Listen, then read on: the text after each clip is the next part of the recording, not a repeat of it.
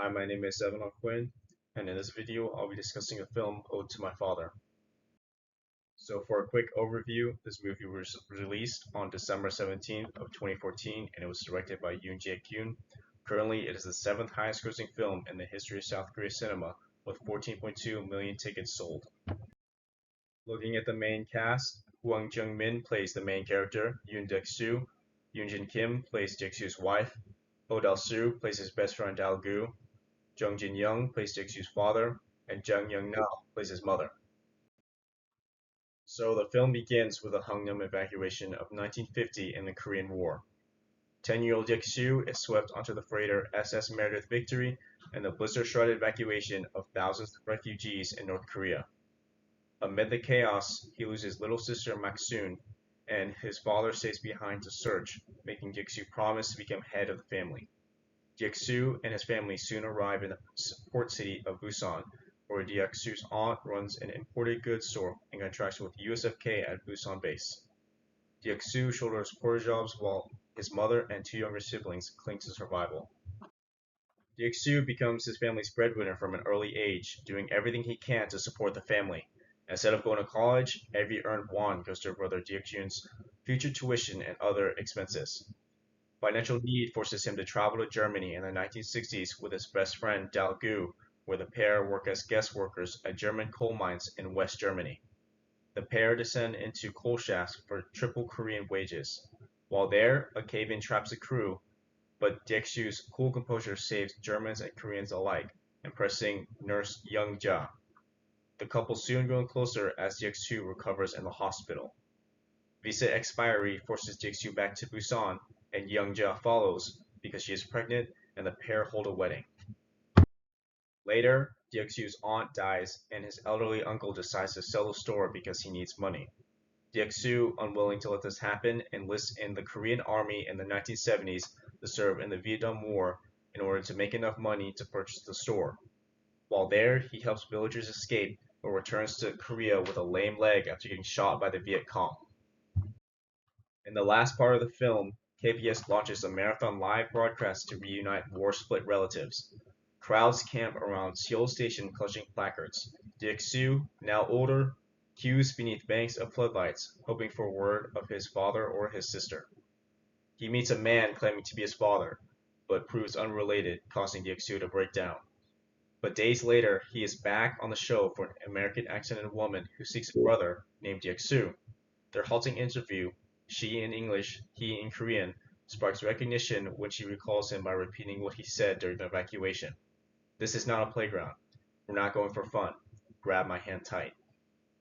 An emotional family reunion ensues, and his sister comes to Korea. Soon after, Jik-soo's mother dies.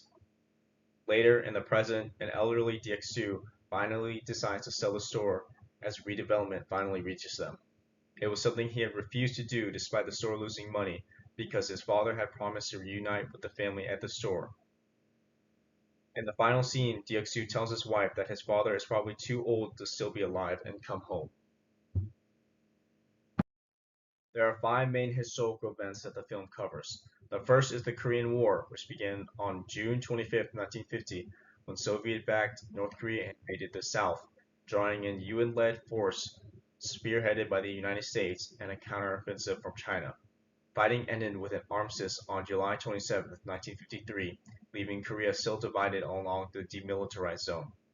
Millions of people died, making it one of the deadliest Cold War conflicts. In December 1950, UN forces orchestrated the Hungnam Sea evacuation, moving over 100,000 soldiers and 90,000 refugees.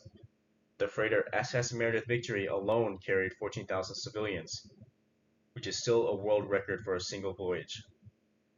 This evacuation is what we see in the movie. The film's opening recreates this desperate departure and Jik-soo's promise to his missing father. The war causes significant physical devastation, economic hardship, and social disruption to South Korea. Most notably, families were ripped apart, producing roughly 10 million separated relatives. At the 1953 armistice, South Korea was very, very poor. Park Chung-hee seized power in 1961, launching a period of intense economic growth and transformation. However, high-speed growth rested on long workdays, authoritarian labor laws, and tight political control. which sparked debate over whether nostalgia masks repression. This is kind of symbolized by how hard DX2 works to keep his family afloat. Another historical event comes from DX2's work as a coal miner in Germany and Young Jia as a nurse. West Germany invited nurses and miners from South Korea to come as guest workers. The recruitment of laborers, specifically from South Korea, was driven not just by economic necessity, but also by desire to demonstrate support for a country that, like Germany, had been divided by ideology. Koreans were one of the few non-European groups recruited. West German migration policy generally excluded workers of African and Asian origin during the 1950s through the 1970s. These Korean guest workers sent home much needed money to fuel economic growth back in South Korea. Next, the Vietnam War. South Korea dispatched over 320,000 troops, the largest foreign contingent after the US, and thousands of civilian workers, mirroring Jeoksu's participation in the war. The average salary of Korean servicemen in Vietnam was $37.50 per month, higher than the base pay of $1.60 per month back home, although most of it was taken by the South Korean government. Under the wartime alliance with the United States, the South Korean economy flourished, receiving U.S. aid, loans, and military offsets, which funded industrialization. Finding Dispersed Families, originally planned as a 95-minute segment, ballooned into live TV over 138 days, the longest continuous broadcast in Korean history.